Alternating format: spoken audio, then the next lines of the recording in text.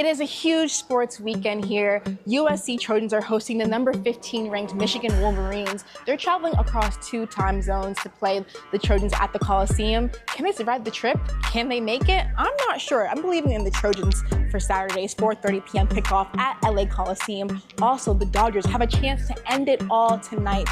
They have a game against the Phillies. They've been playing super well, are up 2-0. Can their pitching and offensive success really get them over the hump? We'll see tonight at Dodger Stadium.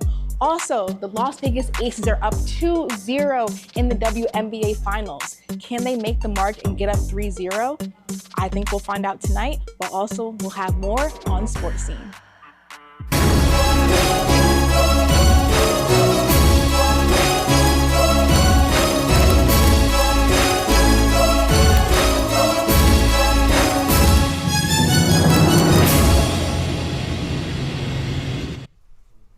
Welcome to this week's episode of Sports Scene. I'm Adam Ukazoglu.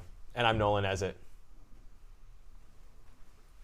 We open with breaking news. The NCAA D1 Administrative Committee adopted a proposal today that would allow student athletes to gamble on pro sports for the first time ever.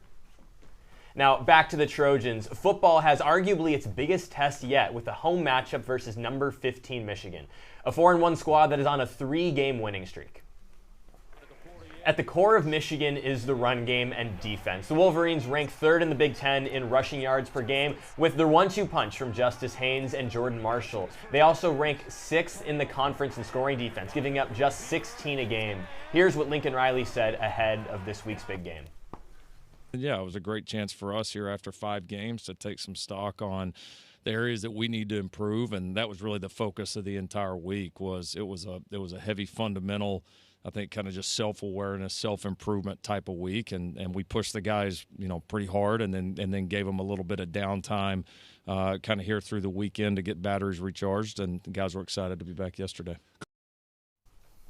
But it's clear the strength that USC holds over Michigan is its total offense thus far. Number 1 in the Big Ten with nearly 50 points a game. USC has, for the most part, no trouble moving the ball downfield and converting on over half of its third downs. Here with Adam and Nia also joining the conversation, I want to ask both you guys. Adam first, how do you think the two squads match up against each other? Yeah, well, it's all going to come down to the run game on both sides. The USC Trojans are going to have to use the run game to open up the passing game with Jayden Maiava. And then on the other side, it's going to be key to see how the USC Trojans can commit to stopping this elite Michigan run defense and force Bryce Underwood to throw the football. Absolutely. It's going to be a huge key. Nia, what about yourself? Yeah, I think it's Jayden Maiava's first match against a really good defense. I think it's an opportunity for him to really show out in the Big Ten and prove, can he survive in this Big Ten conference? Yeah, it's definitely a bit scary to me knowing that a huge focal point of this offense has been Jayden Maiava and, of course, Wayman Jordan as well. But Michigan has that really stout run defense. Their pass defense not quite as strong, so going to look for a big day from Maiava for sure. It certainly won't help, though, that the Trojans, their home field advantage may be diminished a bit this week. Students will be traveling back home likely for fall break. Kickoff is Saturday at 4:30 p.m. Now let's go over our keys to this weekend's game. First, my key to Saturday's game is to force Michigan to pass the ball, as I mentioned earlier. With the Wolverines' run game being as dominant as it is, the Trojans have to force the young quarterback Bryce Underwood to use his arm. Our second key to the game is that the Trojans have to be able to establish the run. If they can do that successfully, it will open up the passing game, leading to a huge game for Jayden Maiava. And finally, our last key to the game is to make sure they can stop the Michigan Wolverines' run game. With them having that nasty 1-2 punch, Danson Lynn has to commit to stopping it. Now, can you emphasize more, Nolan? Why do you think the key to the game is that we have to establish the run game? Well, there's no question Jayden Maiava is going to look like himself against this Michigan secondary. It's not bad by any means, but it's not the strength of their defense. No question about that. But how do you open up those passing lanes? It's by forcing them occasionally stack the box, or at least put a couple guys in there. You got to establish the run game. Wayman Jordan needs to look effective. Blocking's got to be good. If you do that, Maiava's going to have a lot of lanes to find his top guys. Yeah, and that's been one of the weaknesses in recent Lincoln Riley offenses. They've been great passing the ball, but they haven't been able to run the ball as effectively as they can. And with the talent they have in that backfield, you're definitely correct. And, for our keys to the game, Lincoln Riley has so many variables to juggle this Saturday at the Coliseum against the top 15 Michigan team. So let's meet them. Let's meet the Michigan Wolverines. Now, on a 3-game win streak, the Michigan Wolverines come into this week red hot. They have an amazing coach, but it all starts with their incredible talent on the field. My player to watch this Saturday for Michigan is one that you cannot miss, true freshman quarterback Bryce Underwood. Being the first true freshman to start for Michigan since 2009, Underwood has taken his opportunity in full stride. He hasn't had to throw much, but he has 1,003 passing yards and 6 touchdowns, 3 through the air and 3 on the ground so far this season. His play this season so far is his 37-yard house call against Nebraska, a huge and very key play in an ultimate close 3-point win in Lincoln, Nebraska. As for me, I'm going with Justin Haynes. He's been a rushing weapon for the Wolverines, totaling 8 touchdowns on 85 carries. He's had 5 straight 100-yard games, so USC's goal on Saturday is to not make it his 6th. He ranks 3rd in nationally rushing yards per game, and his head coach, Sharon Moore, even called him an animal, saying that he should be in the Heisman conversation. Yeah, well, I'm going to double down on this 1-2 punch, so I'm going to go with the second man in the backfield, Jordan Marshall. The sophomore is a well-rounded tailback who has great vision and balance and can always catch a pass out of the backfield. With 3 touchdowns and just under 250 yards through 5 games, he'll look to run through a mediocre Trojan run defense. Now, USC has its hands full with one of the better Big Ten teams. The Trojans have to stop these few players, or it's probably going to be a rough evening. Yeah, 100%. After taking over the starting job at quarterback for the Trojans late last season, Jayden Maiava has shown out. He had been flying under the radar during the offseason, not even really being in any Heisman conversations, but his play on the field has forced himself into those conversations.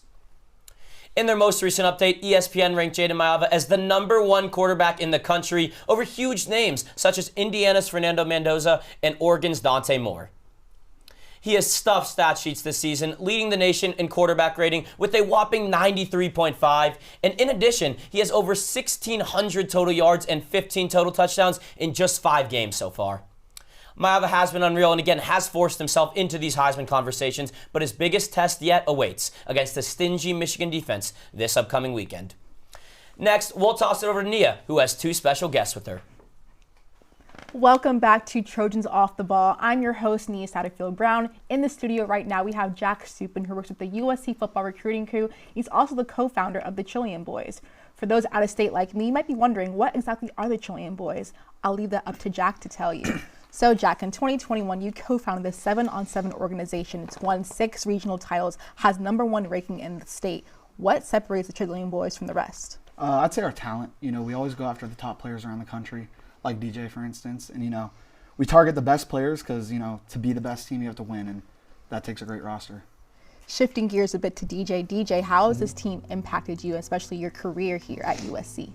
Chilean Boys brings a lot of attention, great attention to you, which is very helpful for kids like me that come from places that really doesn't get the opportunity to be successful in life and stuff like that. What's been your favorite part about being on the team? The USC team or Chilean? The Chilean Boys. Traveling.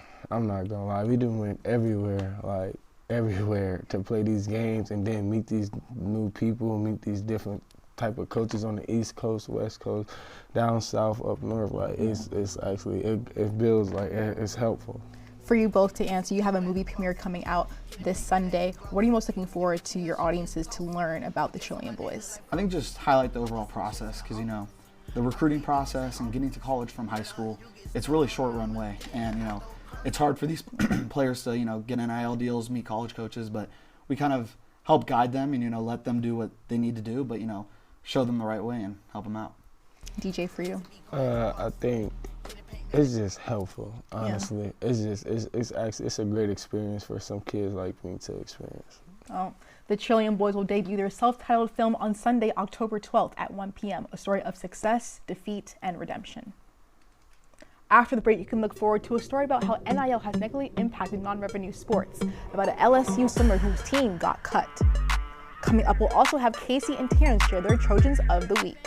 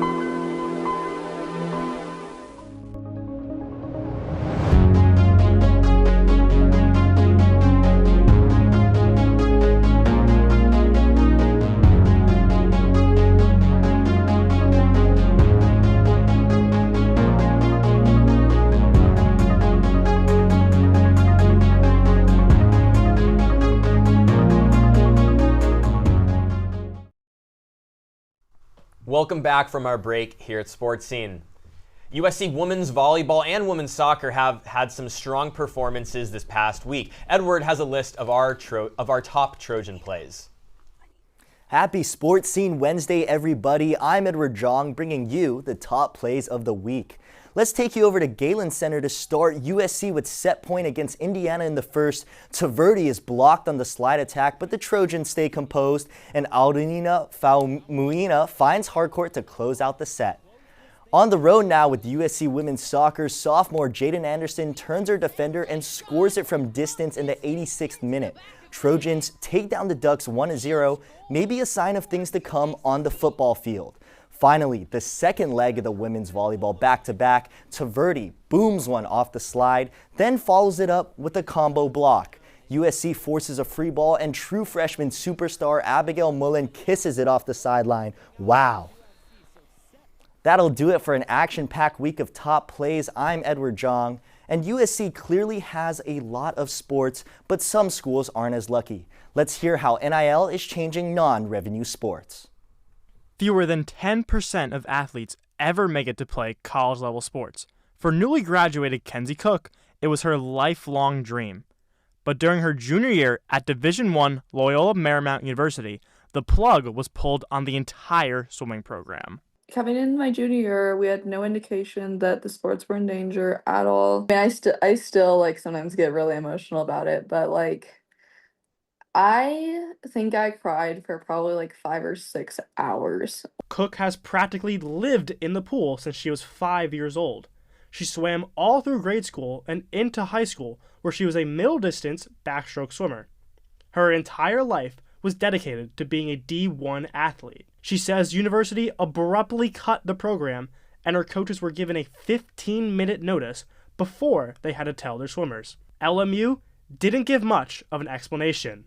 I just assumed they probably wanted to take more resources to our failing basketball team. The NCAA runs college athletics, but in recent years has faced major changes. Following a Supreme Court ruling and the rise of NIL, allowing college athletes to be paid for their name, image, and likeness, schools are now allowed to directly pay athletes. But this shift has left many non-revenue sports fighting to stay alive. But they're all going to get phased out because they're going to use the excuse economics, high costs, blah, blah, blah. And then the administrators of today weren't like the old days. They could care less. It's not just LMU athletic programs that have shut down. 30 teams across California have been cut to put more support and money into big sports like football and basketball. It's honestly like a slap in the face. Just like, oh, you're not worthy, you're not good enough. Kenzie is now training for triathlons and hoping to go pro. But for many other athletes, the cuts will end their athletic career. For Annenberg Media, I'm Anthony Bettino. Really interesting story. Anthony, thanks for bringing attention to this. But now let's hand it over to Nia for what to look forward to this week. Thanks, Nolan. We have a jam-packed weekend. You need a sports event to attend this weekend? Look no further than the Trojan 5-day forecast. Starting on Thursday, we have women's soccer. They're at Minnesota for 5 p.m. kickoff. They're looking to extend their win streak to 3. Women's volleyball on Friday. They're looking to rebound from their 2-game loss this past weekend in the Big Ten at Galen Center. Hopefully they can capitalize and really get back in the winning column. Saturday, the Trojans host number 15 ranked Michigan. It's going to be a huge Big Ten matchup. Can the Trojans capitalize over the Michigan Wolverines? We'll find out at 4:30 p.m. on Saturday. And then Sunday, to wrap the week, the men's tennis team will be in San Diego for the SoCal Intercollegiate Championships. And Monday, a day off. That does it for this week's 5-day forecast. Now take it to Terrence and Casey for Trojan of the Week. Well, it's a newish setup for Trojan of the Week, but the best time of the show is back. Well, Casey, similarly to your Athletics, Sharks, and Raiders, you just keep getting your butt kicked week in and out. However, it's a new day, and my Trojan of the Week is Jayden Anderson. Against Oregon last week, Anderson fired a rocket from outside the box, finding the back of the net in the 86th minute to give USC a tough road win against the Ducks and her 5th goal on the season. Yeah, well, going to men's golf. USC's men's golf team won its second team championship of the season this week, and sophomore phenom Jayden Maiava was the team's leading contributor. Maiava had the second lowest single round score in USC history, shooting 9 under par 63 in the closing round. He birdied 9 of his 18 holes, that's half of them, Terrence, individually finishing third out of the participants from 16 different schools. Well, Terrence, why don't you go first? So what I'm hearing is he didn't finish first? Well, there's 16 you picked different... someone who didn't finish first. Okay, let's crunch the numbers, though. That they are the Trojan of the week? There's 16 numbers different are back. schools. Casey's back. There's 16 different schools with the whole team. He finished third out of 16 teams, players. So what you're telling me is he wasn't the best?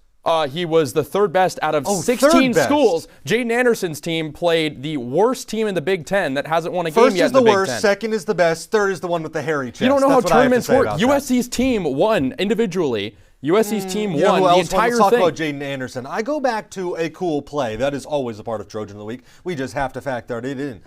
An outside the box shot similar to what you I picked last week. always go for style points. I can't take it anymore. Like you always go for style points. Of course we go for style points. Those don't do anything. You go for style points. IRL, I do commend this fit. Well, I go for style pits in the Trojan of the Week. Why shouldn't they both? It's a good goal, but it took 86 minutes to break a tie against the worst team in the Big Ten. Are you kidding me? 86 minutes shows how calm she was under pressure. She didn't care that they were maybe They weren't going to tie losing. this team. They weren't yeah, but a loss in a tie, they're pretty much the exact same. Okay, Maiava almost broke a USC record. Casey, we win games. Maiava, I don't care. Maiava almost Casey broke a America. USC record. Okay, that's crazy. Maiava almost broke a USC record. He is only a sophomore. I know Anderson's a sophomore too, but he almost broke a record. I don't see how that's really a point. He's playing against top competition like Rice, schools like Baylor. Your Trojan of the Week played Oregon, the worst team in the Big Ten. We keep talking about, because we had this similar argument last week, I really don't think it matters that much, the competition, because USC hasn't been that good. You play who you got on your schedule. It doesn't matter That's a lazy Oregon. answer. She had a phenomenal goal. She was clutch. You can't say that wasn't a clutch goal. Sure, it's a clutch goal, but it's clutch when you win your Her best tournament Cole Palmer against impression, 15 other programs. Ice cold finish. Well, USC men's golf won against 15 other programs. They had 15 teams they had to play against. Soccer had to play against one team. And mediocre. If we're talking about math. But I went to the links, he went to the pitch, but once again, Terrence came in second place. That's just how I'm going to put it. But the wheel is back with brand new topics. You know the name of the game. If we land on it, we're talking about it. Terrence, let's do the honors. Let's do it. Nice little spin, I think. I think that one's pretty good. What is that one, Casey? Looks like college football Heisman. Okay, so that we're talking who is the overall Heisman pick from college football, not a USC Heisman, which is a different subject. But Casey, you want to go first? I went first on Trojan of the Week. Okay, well, I'm going to go with Dante Moore. I know, there's kind of, it feels like a two-legged race right now with Dante Moore, Fernando Mendoza in terms of quarterbacks, at least in my view. Dante Moore, though, has had to deal with Evan Stewart going down in the offseason, what should have been his leading receiver, and he beats Penn State on the road. I know Penn State is looking a little fraudulent now. UCLA. But Dante Moore, I never want to give UCLA credit. But that Dante Moore could be the first overall pick in this upcoming draft, especially with some other quarterbacks that haven't really shined. I think he can do it all. He's my Heisman pick. I don't hate that at all. I do think he's one of the top 3 for sure candidates. I'm going to throw someone else. You mentioned Fernando Mendoza. I'm not going to pick him. I'm going to choose Ahmad Hardy, the running back from Missouri. I like that. Over 450 yards after contact, One of the best, if not the best, running backs in the country. We mentioned Justice Haynes, who USC is playing against Michigan this week. Ahmad Hardy is incredible. What he is doing off of the line of scrimmage just after handing the ball, it's really fantastic. You can point to he hasn't played the best competition yet. This week, Mizzou against Alabama, that's going to be his Heisman moment. Yeah, definitely a key contributor for them, and you don't see a ton of running backs win the Heisman, so, we can I know Genty got snubbed. This could be the year for Hardy. Absolutely could. Well, I guess we'll have to spin again next week to talk about more topics, but next up on Sports Scene, the WNBA Finals are heating up. We'll break down the Aces and the Mercury.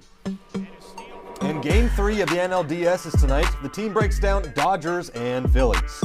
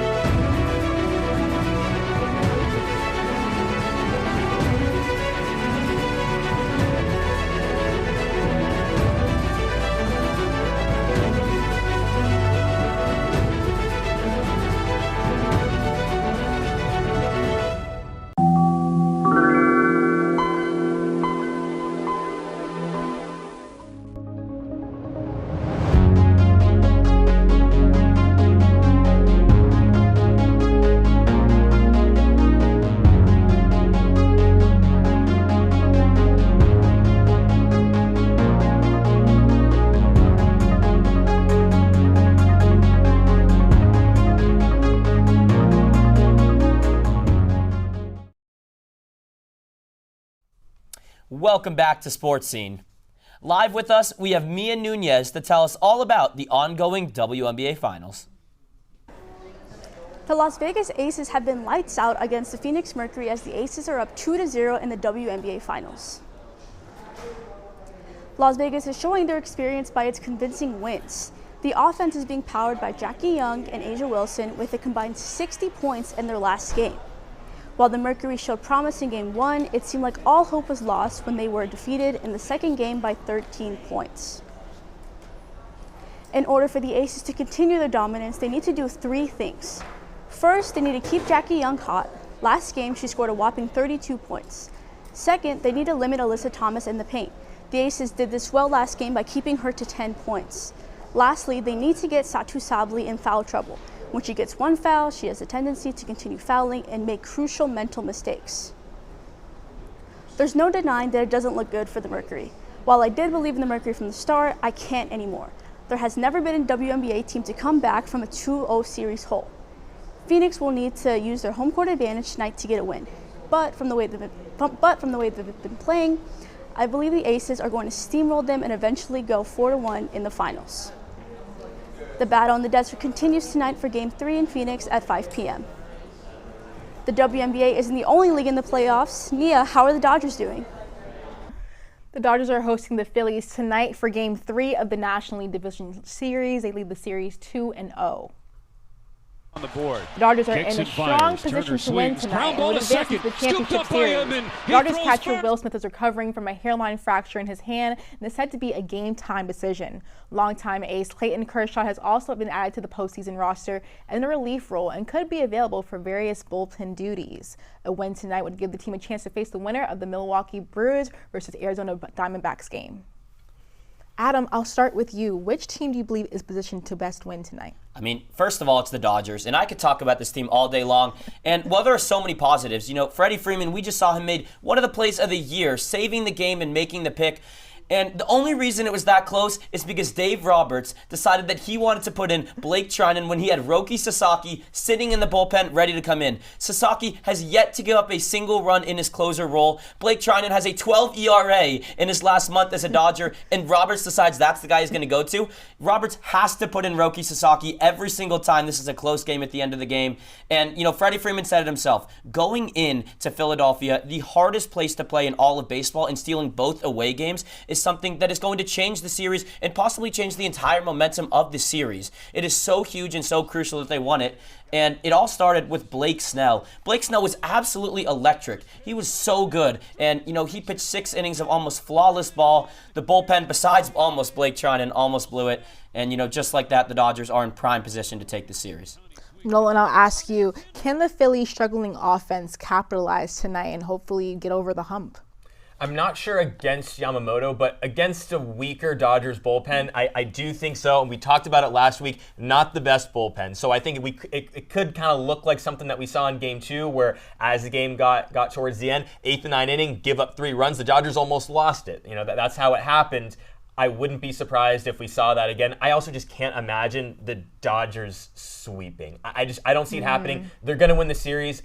I don't think they're good enough to sweep. So is the pressure on for the Dodgers tonight? They're having their home field advantage. Is it pressure for them to give out that knockout punch? I don't think it's that much pressure. If you're the Dodgers, you're still confident you're going to win the series. You're the better team. You won the games in Philadelphia. But yeah, you want to give the knockout punch, but it's not the end of the world. Yeah, well, you did steal home field advantage, but one thing, this is probably the most lopsided pitching matchup the Dodgers will get all year. Aaron Nola has a 6 ERA this season. Yoshinobu Yamamoto is second in Cy Young voting in the NL. It is absolute dominant ace versus one of the weaker pitchers the Phillies have. The Dodgers have to close it out tonight. I'm a Yankees fan, but I guess I'll root for the Dodgers tonight. We'll see if they can get that win out tonight, Game 3 of the finals. Now, Rob Parker, a famed sports talk show host and columnist, as well as a coach and advisor for us here at Sports Scene. He saw his name forever enshrined at his alma mater. Southern Connecticut State University held a ceremony to rename its Fields Media Box to the Rob Parker Press Box last weekend. Parker graduated from Southern Connecticut State in 1986, where he said the foundation of sports reporting was laid for him. Parker now represents his alma mater on the national stage as a Fox Sports radio host, a title that he's held since 2018. Guys, I want to ask you, how lucky are we to have him here at Sports Scene, and how awesome is it to see him be honored in this way? Yeah, I mean, there's nobody better. He is the greatest person that I have, dealt with so far behind the scenes here at Sports Scene. This is my first semester here at USC. It's been tough, getting acclimated. He has been the first one to come up to me, talk baseball. We talked Aaron Judge earlier today. He is absolutely so knowledgeable about the game, and he deserves every bit of praise that he's getting. Nia, what are your thoughts? Yeah, I first connected with Rob back in January for a thesis that I was doing back in undergrad at UNC, and he is a baseball encyclopedia. He's also just so funny and charismatic and really committed to the process and helping students become like him. So I can only hope that I am so just smart and knowledgeable in baseball one day, and he's just an honor to have at USC. He's an inspiration. I'm a senior. I've been here 4 years, so I've known Rob for a while, and he's been a huge inspiration for me. I knew who he was before, but walking on campus and seeing him here was awesome. I actually got the privilege to take a class with Rob as the professor last semester. One of the best classes, if not the best, that I ever took. The guidance that he gives in class, as well as just around here at Sports Scene, before the production, after the production, getting lunch with him, connecting with him. Yeah. He offers so much excellent guidance, and there really is no one better in the industry to have that award. He's than awesome. Him. Yeah, you put it perfectly. It's not just about the baseball, it's about the character. Exactly. Sure. I think I speak for everyone here at Sports Scene when I say, Rob, congratulations on the well-deserved honor. There truly is no one more deserving than you. Thank you for always providing your expertise to help us make this show the best that it can be. And thank you for always being in our corner as students. There's nothing I'd like to end on more than Rob Parker, so that will do it for us this week. Thanks for tuning in to Sports Scene. I'm Nolan Ezett. I'm Adam Yukazoglu. And I'm Nia Satterfield-Brown. We'll see you next week.